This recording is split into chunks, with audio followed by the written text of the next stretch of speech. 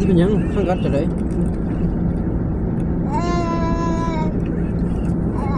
ไม่เป็นปากเป็นปากเอาเป็นปากจะได้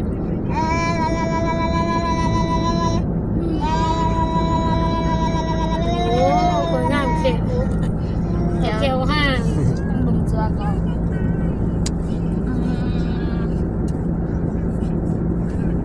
โอ้ยดีเลยนะมิ้นถานะเอามาใจกันดู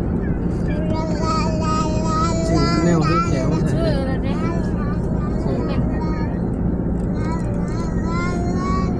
มากัน โอ้ยหน้าตาเป็นเนี่ย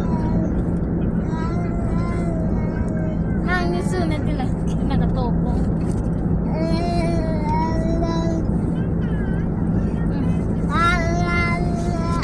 นอนหรอ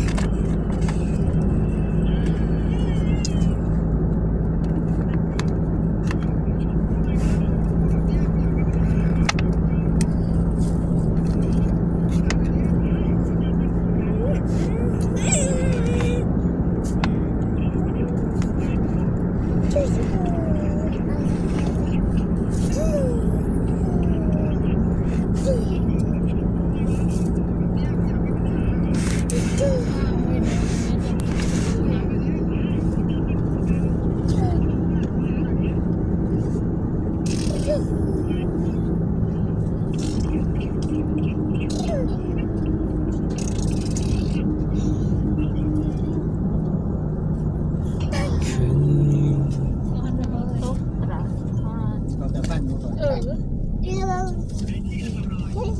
ได้แล้วก็ไปไม่ใช่ป่ะ แง่ตาเยอะตาตาคนแรกจังมาตาข้าง บนใช่บนตัวไหนเขาขี่สลิงตัวนี้มั้ง นี่ตาข้างจะสิกี้ มันบ่สูงบ่ล่ะสูงขนาด โอ้ยจะสู้กันแล้ว โอ้เสียวขนาดความสูง เป็นพอมตี้อีนี่กับมามาเป็นพันนี่แหละปิดอีกแล้วด่าขี่ เป็น1,000 บาท โอ้ มันสิเฟะอายุกดเขากดออกไปมันสิใส่ยาขี่กับขี่ซื้อ โหเป็น1,000 บาทเจ้าขี่แล้ว อ่านเราใหม่เลย สูงแล้ว ราคา 80 เหรียญ 800,000กับพันไปแล้วเลย โอ้แล้วว่าจำ30 โอ้โห300,000นึงหาที่จริงมันก็ควรแซมมา300,000หาเนาะ 50ก็พอแล้วก็มีแต่ฝรั่งมันแล้วมันสิขี่ แต่ฝรั่งไทยเองไอ้ที่พอบางก็มาส่วนมาหน้าหมดมองมันขึ้นให้อันนั้นขึ้นปื้อ มันสิบ่รวยบ่เดียวบ่เนาะพวกเฮ็ด แนบเฮ็ดยังเรื่องเฮ็ดเฮ็ดเสียงสลิงดังแต่หายแบบเขาได้กี่ปีบ่เฮ็ดก็ใส่น้ำเปล่าบุจิอีโบ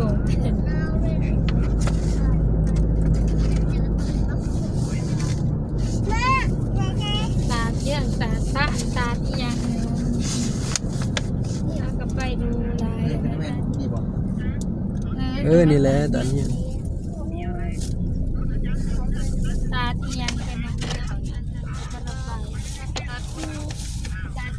ตัดเงี้ยงแล้ว ตาคูพอถ้าเราไปได้ตาคู นี่ตัดเงี้ยง บ่ได้ฮอดอัตตะปือได้ เขาตัดเงี้ยง ตาคูยังสิไปฮอดอัตตะปือมันอยู่เดียวกันก็อยู่ใกล้ๆมันอยู่ใกล้แดนนี่แหละเนาะค่ะใกล้นี่ไปแล้วตาตัวเขาถามเขาสิพอใกล้นี่ไปตอนสงกรานต์โคตรสกปรกเลยชาคูคนกะลายทางลงไปมาปากเซ่ใกล้บ่ค่ะมาปากเซ่ยังเลยไปแต่ผมจืดเลยต้องเบาลบพาไปรถอันนั้นปีนะไปนำบันไดไปนำหัวเรียนในตาจะยิงเสื้อเศร้ารังโอ้ตาน่ะเขามาไปยังพ้นมันยังงามดอกไม้มันมีดอกไม้นี่ยามหนาวตาจะยิงเสื้อกับตาตามืดตามืด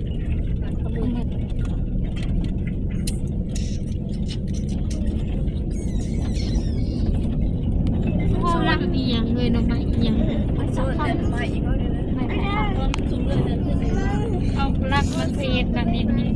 เก็บใบวานเขาอันนี้ใบวานไปโอ้เราจะมองกันนั่นเด้มองไปกินเจ้าก็กี่ปอพอหรือว่าจะละไปเอาว่าจะละเห็น แล้วมาแล้วละ เกิดเจ้าบ่เรียกมัน โอ้ย ครัวแดงเจ็ดคนคนละทะเลคนละสีรถสอง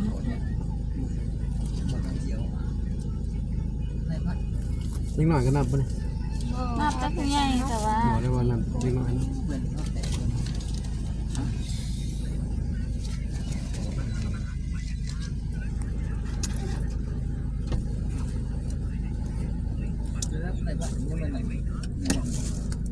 เดี๋ยวประสานให้วัดดีด้วยมันนั่งยึดยังไงมันนั่งเก็บเงิน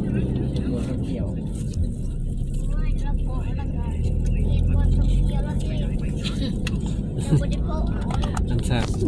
เดี๋ยวได้อันสั่น พ่อเอียงพ่อต้องเที่ยว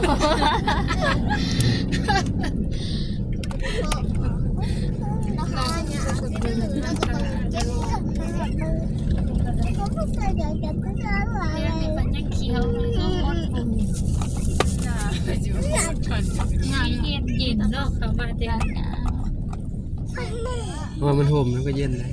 อันนี้เขาเห็ดอันเอาไว้สงกรานต์ อันนี้ก็ถ่ายคลิปมาได้แต่ว่าจูงกับลูกด้วยเขาจะถ่ายคลิปให้ ที่ตื่นใจให้ได้ด้วย เดี๋ยวถ่ายเลยก็จะส่งให้ เจอได้ว่าน้ำมันจิบเบิด ลูกนี่ได้เลือกเครื่องขีด เติมยาเดี๋ยวยาเติมขีดโอ้ย ได้อยู่100ประมาณ100